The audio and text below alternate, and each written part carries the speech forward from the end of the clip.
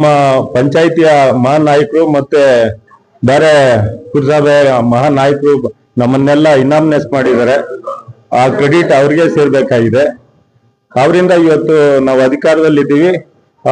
ಅವ್ರಿಗೆ ನಾವೆಲ್ಲ ಬಳೆಗಳಾಕೊಂಡ್ಬಿಟ್ಟಿದೀವಿ. ನಮ್ಮ ಪಂಚಾಯಿತಿಯಲ್ಲಿ ನಮ್ಗೆಲ್ಲ ಯೋಗ್ಯತೆ ಇರ್ಲಿಲ್ಲ. ನಾವು ಇನಾಮಿನೇಟ್ ಮಾಡ್ಕೊಳೋದಕ್ಕೆ ನಮ್ಗೆಲ್ಲ ಯೋಗ್ಯತೆ ಇರ್ಲಿಲ್ಲ. ಅದು ಇವತ್ತು ಅವರಿಂದ ಆ ನಾಯಕರ ಆಶೀರ್ವಾದದಿಂದ ಇವತ್ತು ಇನಾಮಿನೇಟ್ ಆಗಿದೆ. ನಾವು ಅವರ ಆಶೀರ್ವಾದದಿಂದನೇ ಇವತ್ತು ಪಂಚಾಯಿತಿ ಸದಸ್ಯರಾಗಿ ಕೆಲಸ ಮಾಡ್ತಾ ಇದೀವಿ.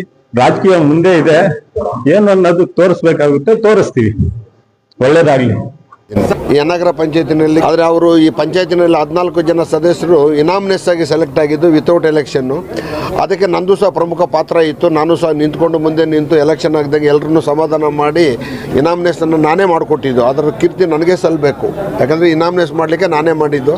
ಅಧ್ಯಕ್ಷರು ಆಗಬೇಕು ಅಂತೇಳಿ ಕಿರಣ್ ನನ್ನ ಹತ್ರ ಹೇಳಲಿಲ್ಲ. ಕಿರಣ್ ಹೇಳಿದ್ರಾಗ ನಾನು ಮಾಡಿಬಿಡ್ತಾ ಇದ್ದೆ, ಏನೋ ಗೊತ್ತಿಲ್ಲ.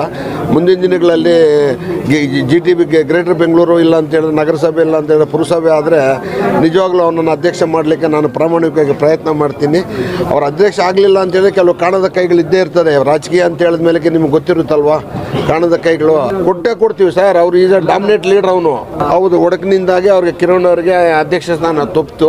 ಅದ್ರಾಗ ಅವರು ನೆಗ್ಲೆಕ್ಟ್ ಮಾಡಿಬಿಟ್ರು. ಆಗಲೇಬೇಕು ಅಂತ ಮನುಷ್ಯ ಪ್ರಯತ್ನ ಪಟ್ಟಿದ್ರಾಗ ಅಧ್ಯಕ್ಷ ಸ್ಥಾನ ಆಗ್ಲಿಕ್ಕೆ ಕೊಡಲಿಕ್ಕೆ ಯನಗರ ಪಂಚಾಯತಿನಲ್ಲಿ ದೊಡ್ಡ ವಿಷಯ ಏನಿರಲಿಲ್ಲ.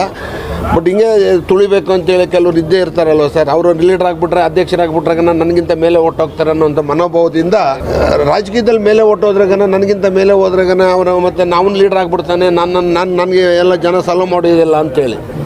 ಈಗ ಅವರು ಅಧ್ಯಕ್ಷರಾಗ್ಬಿಟ್ರಾಗ ಜನ ಸಲಾಮ್ ಅವ್ರಿಗೆ ಹೊಡಿತಾರಲ್ವ, ನನಗೆ ಹೊಡಿಯಲ್ಲ ಅನ್ನೋದು ಒಂದು ಮನೋಭಾವ ಇರುತ್ತೆ. ಗೊತ್ತಿಲ್ಲ ನನಗೆ. ಅದು ನಗರ ಪಂಚಾಯತಿ ಮೇಲೆ ನನಗೆ ಅಷ್ಟೊಂದು